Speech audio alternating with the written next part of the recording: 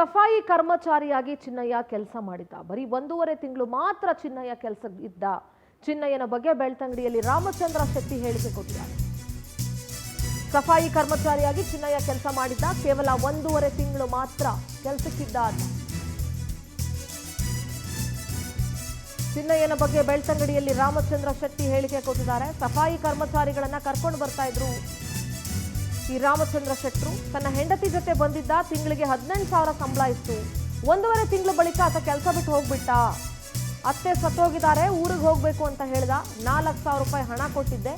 ಆವತ್ತು ಹೋದವನು ಮತ್ತೆ ಬರಲೇ ಇಲ್ಲ. ಶೌಚಾಲಯದ ಬಳಿಯ ರೂಮ್ನಲ್ಲೇ ಆತ ವಾಸವಾಗಿದ್ದ.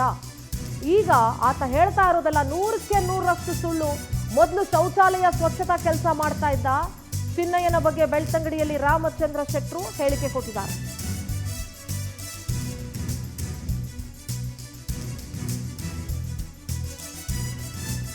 ಶೌಚಾಲಯದ ಪಕ್ಕದ ಒಂದು ರೂಮ್ನಲ್ಲಿ ವಾಸ ಮಾಡ್ತಾ ಇದ್ದ. 4,00,000 ರೂಪಾಯಿ ತಗೊಂಡೋದನ್ನು ಮತ್ತೆ ಈ ಕಡೆ ಬರಲಿಲ್ಲ ಅಂತ ಮಾತಾಡಿದ್ದಾರೆ. ಅಣ್ಣ 2014-15ರಿಂದ ಅವರ ಫ್ಯಾಮಿಲಿ ಎಲ್ಲ ನಾನು ನೋಡಿದ್ರು. ಅವನ ಅಕ್ಕ, ಅವನ ಭಾವ, ಅವನ ಅಣ್ಣ ಮತ್ತೆ ಅವರ ಫ್ಯಾಮಿಲಿ ಸುಮಾರು ಒಂದು 6-7 ಜನ ನನ್ನ ಒಟ್ಟಿಗೆದ್ರು. ನನಗೆ ಇವ ಧರ್ಮಸ್ಥಳ ಬಿಟ್ಟು ಹೋದದ್ದು ಗೊತ್ತಿರಲಿಲ್ಲ.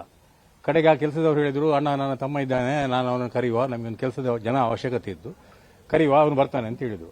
ಆಗ ಬರಲಿ ಹಾಗಾದ್ರೆ ಅಂತ ಹೇಳಿದೆ. ಯಾರಂತ ಕೇಳುವಾಗ ಚಿನ್ನ ಅಂತ ಹೇಳಿದ್ರು. ಚಿನ್ನಂದೆಲ್ಲ ಪರಿಚಯ ನನಗೆ ಮೊದಲಿಂದಲಿತ್ತು. ನಾನಂದ್ರೆ ನೇತ್ರಾವತಿಯಲ್ಲಿ ಹೋಟ್ಲು ಮಾಡಿಕೊಂಡಿದ್ದವ, ಆವಾಗಲೇ ನನಗೆ ಪರಿಚಯ ಇತ್ತು.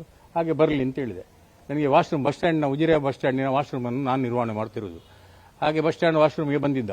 ಒಂದು 15-20 ದಿವಸ ಕೆಲಸ ಮಾಡಿದ. ಅಲ್ಲಿ ಅವನಿಗೆ ಸರಿಯಾಗಲಿಲ್ಲ. ದನಿ ನನಗೆ ಇದು ಬೇಡ, ನಾನು ಅಲ್ಲಿಗೆ ತ್ಯಾಜ್ಯ ನಿರ್ವಹಣಾ ಘಟಕಕ್ಕೆ ಹೋಗ್ತೇನೆ ಅಂತ ಹೇಳಿದ. ಸರಿ ಅಲ್ಲಿಗೆ ಬಾಗಾದ್ರೆ ಅಂತ ಹೇಳಿದೆ. ಅಲ್ಲಿಗೆ ಬಂದರು. ಅಲ್ಲಿ ಇಬ್ಬರಿಗೆ, ಗಂಡ ಹೆಂಡತಿಗೆ ಇಬ್ಬರಿಗೂ ಕೆಲಸ ಕೊಟ್ಟೆ. ಸ್ವಲ್ಪ ದಿವಸ ಕೆಲಸ ಮಾಡಿದ್ರು. ಮತ್ತೆ ಅವನ ಅಕ್ಕನಿಗೆ ಮತ್ತು ಅವನಿಗೆ ಏನೋ ಸರಿ ಬೀಳಲಿಲ್ಲ. ಹಾಗೆ ಒಂದು ದಿವಸ ರಾತ್ರಿ ಬಂದ, ದನಿಯವರೇ ನಮ್ಮ ಅತ್ತೆ ತೀರಿ ಹೋಗಿದ್ದಾರೆ, ನಾನು ಊರಿಗೆ ಹೋಗ್ತೇನೆ, ನನಗೆ ಸ್ವಲ್ಪ ದುಡ್ಡು ಬೇಕು ಅಂತ ಹೇಳಿದ.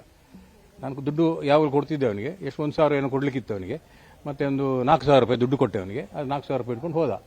ಮತ್ತೆ ಬರಲಿಲ್ಲ. ಅವನ ಫೋನ್ ನಂಬರ್ ಸಮೇತ ನನ್ನ ಹತ್ರ ಇರಲಿಲ್ಲ. ಇವಳ ಹತ್ರ ಕೇಳಿದೆ, ಅಕ್ಕನ ಹತ್ರ, ಏನ ಬರಲಿಲ್ಲ, ಚೆನ್ನ ಬರಲಿಲ್ಲ ಅಂತ. ಇಲ್ಲದನಿ ಅವನು ನನ್ನ ಹತ್ರ ಜಗಳ ಮಾಡಿ ಹೋಗಿದ್ದಾನೆ, ಬಹುಶಃ ಅವನಿಗೆ ಬರೋದಿಲ್ಲ ಅಂತ ಹೇಳಿದ್ರು.